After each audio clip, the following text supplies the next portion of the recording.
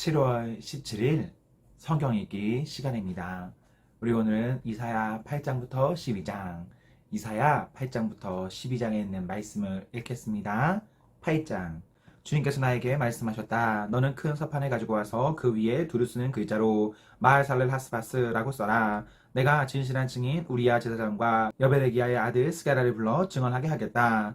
그런 다음에 나는 예언자인 나의 아내를 가까이 하였다. 그러자 그 예언자가 임신하여 아들을 낳았는데 그때 주님께서 나에게 이렇게 말씀하셨다. 그의 이름을 마하살렐 하스바스라고 하여라. 이 아이가 아빠 엄마라고 부를 줄 알기도 전에 아시리아 왕이 다마스쿠스에서 빼앗은 재물과 사마리아에서 빼앗은 전리품을 가져갈 것이다. 주님께서 또 나에게 말씀하셨다. 이 백성이 고요히 흐르는 실로아 물은 싫어하고 르신과 르마야의 아들은 좋아하니 나 주가 저 세차게 넘쳐 흐르는 유프라테스 강물 곧 아시리아 왕과 그의 모든 위력을 이 백성 위에 뒤덮이게 하겠다. 그때 그 강물이 온 색강을 뒤덮고 둥마다 넘쳐서 유다로 밀려들고 소용돌이 치면서 흘러 유다를 휩쓸고 유다의 목에까지 찰 것이다. 임마누엘, 하나님께서 우리와 함께 계신다. 하나님께서 날개를 펴셔서 이 땅을 보호하신다. 너희 민족들아 어디 전쟁의 함성을 질러보아라. 패망하고 말 것이다. 먼 나라에서 온 민족들아 귀를 기울여라. 싸울 준비를 하여라.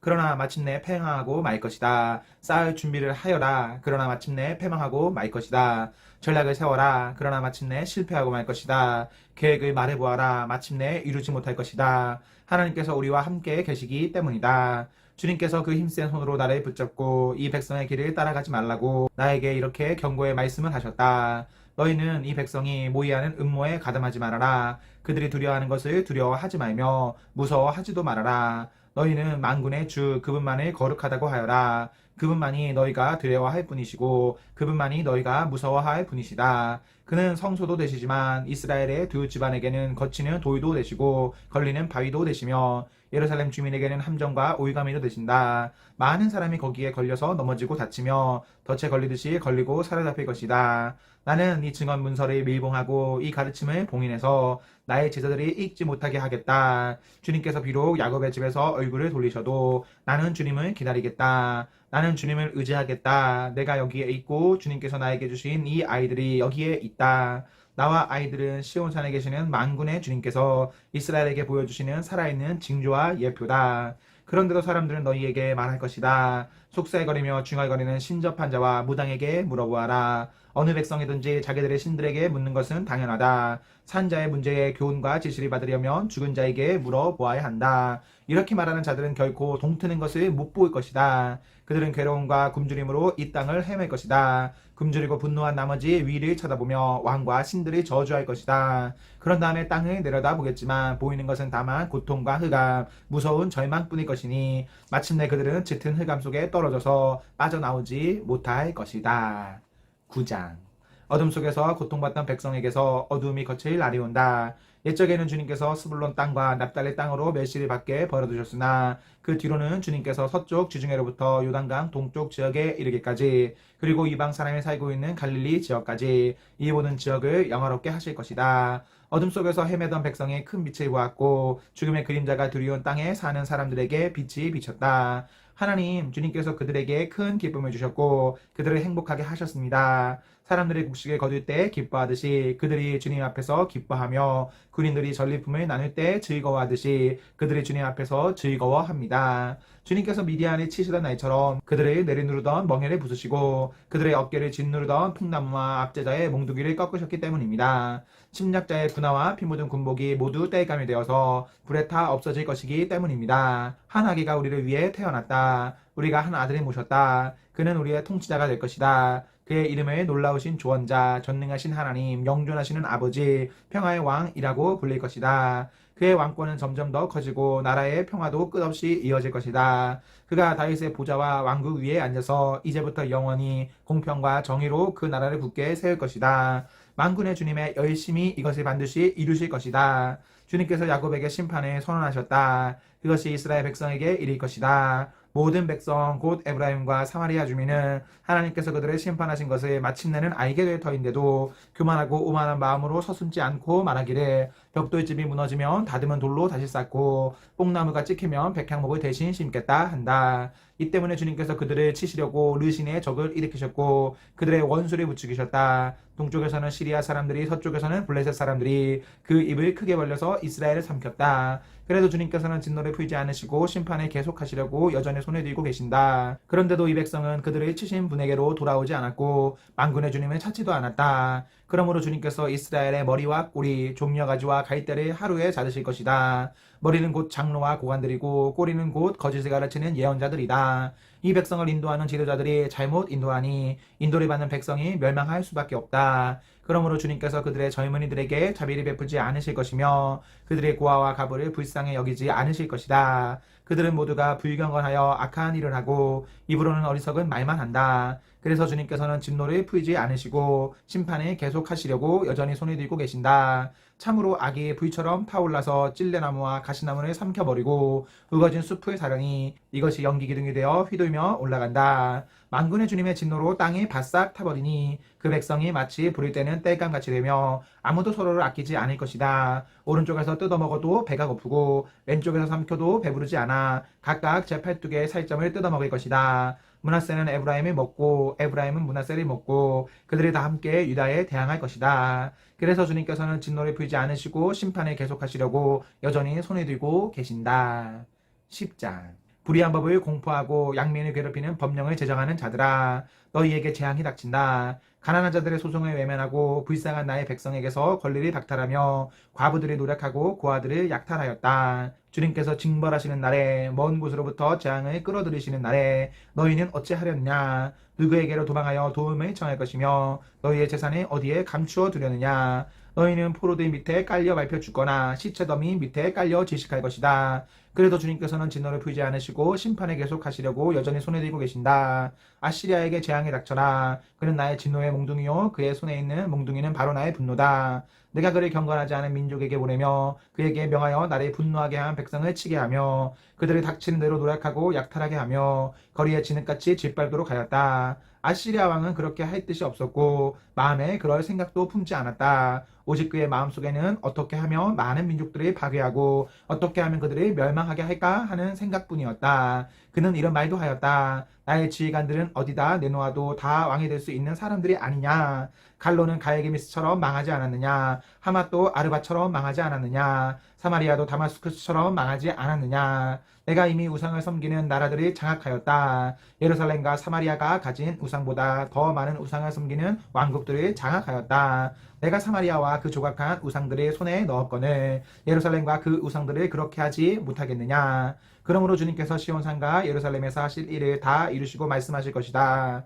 내가 아시리아 왕을 벌하겠다. 멋대로 거두름을 피우며 모든 사람을 업신여기는 그 교만을 벌하겠다. 그는 말한다. 내가 민족들의 경계선을 옮겼고 그들의 재물도 탈취하였으며 용맹스럽게 주민을 진압하였다. 나는 내 손의 힘과 내 지혜로 이것을 하였다. 참으로 나는 현명한 사람이다. 내 손이 민족들의 재물을 새의 보금자리를 움키듯 움켰고 온 땅에 버려진 아이들을 모두 차지하였으나 날개를 치거나 입이 벌리거나 소리를 내는 자가 없었다. 도끼가 어찌 찍는 사람에게 뽐내며 톱이 어찌 켜는 사람에게 으스대겠느냐. 이것은 마치 막대기가 막대기를 잡은 사람을 움직이려 하고 몽둥이가 나무가 아닌 사람을 들어 올리려 하는 것과 같지 않으냐. 그러므로 만군의 주 하나님께서 질병을 보내어 살찐 자들이 파리하게 하실 것이다. 생사람의 가슴에 불을 질러 화병에 걸려 죽게 하실 것이다. 그의 재물은 화염 속에 태워버리실 것이다. 이스라엘의 빛은 불이 되며 이스라엘의 거룩하신 분은 불꽃이 되셔서 가시나무와 찔레나무를 하루에 태워서 사르실 것이다. 그 울창한 숲과 기름진 옥토를 모조리 태워서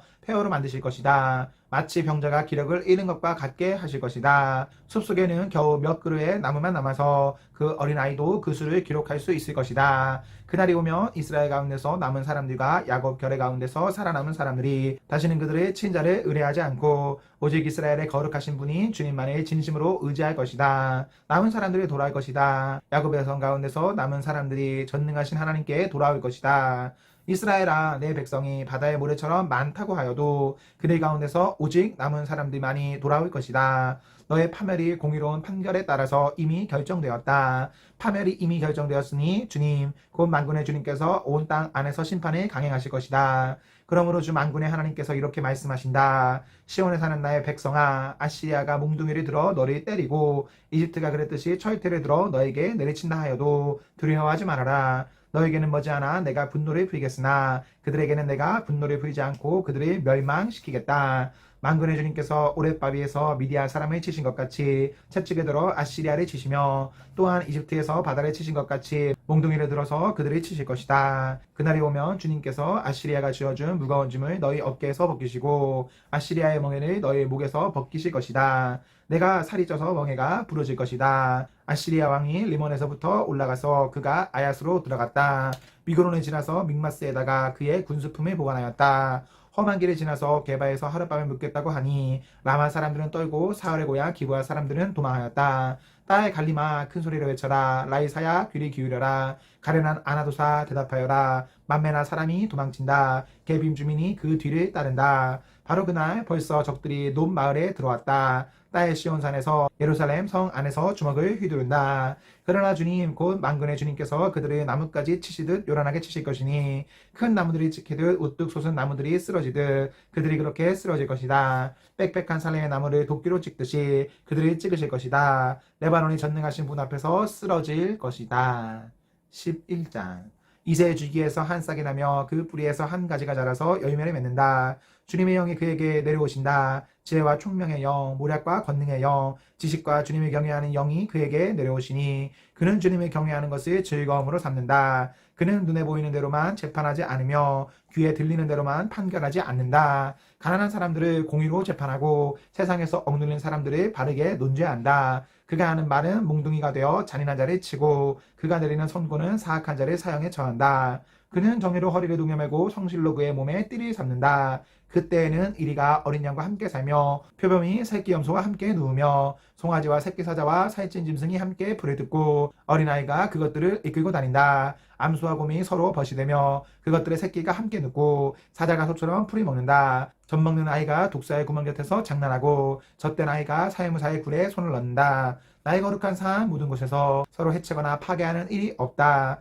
물이 바다를 채우듯 주님을 아는 지식이 땅에 가득하기 때문이다.